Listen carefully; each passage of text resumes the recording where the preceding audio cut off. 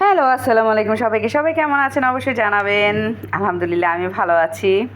তো আসলে আমি আবার রিস্টার্ট করতেছি আমার ফিটনেস জার্নিটা। কারণ হচ্ছে যে আমার আসলে যতটুকু ওজন কমিয়েছিলাম সেই ওজনটাই আবার রোজার পর থেকে বেড়ে গিয়েছে। কারণ আমি একদমই মেনটেন করিনি। আসলে ওজন কমানোর জার্নিতে সবচেয়ে ইম্পর্টেন্ট হচ্ছে কনসিস্টেন্সি। আপনার ডায়েট প্ল্যানটা আর কনসিস্টেন্সি খুবই জরুরি একটা বিষয়। তো কোনোটাই আমি করিনি। তো আবার আসলে রিস্টার্ট করলাম। আবার নিজের ফিটনেসটাকে ঠিক করার জন্য আজকে রাতে আমি আসলে খাচ্ছি হচ্ছে দই, শসা, অ্যাপেল, আঙ্গুর আর একটু ডিম সিদ্ধ দিয়েছি। ডিমের সাদা অংশ দিয়েছি। একটা ডিমের সাদা অংশ দিয়েছি। এই তো এটা হচ্ছে যে আজকে আমার রাতের খাবার। তো সবাই ভালো থাকবেন, সুস্থ থাকবেন। আর আমি আসলে আমি যা করি সেটাই আপনাদের সাথে শেয়ার করছি। আমি ডক্টরও না, পুষ্টিবিদও না। তা আমার ফিটনেস জার্নিটা আমি আসলে আপনাদের সাথে শেয়ার করছি। এই তো আজকে রাতের খাবার।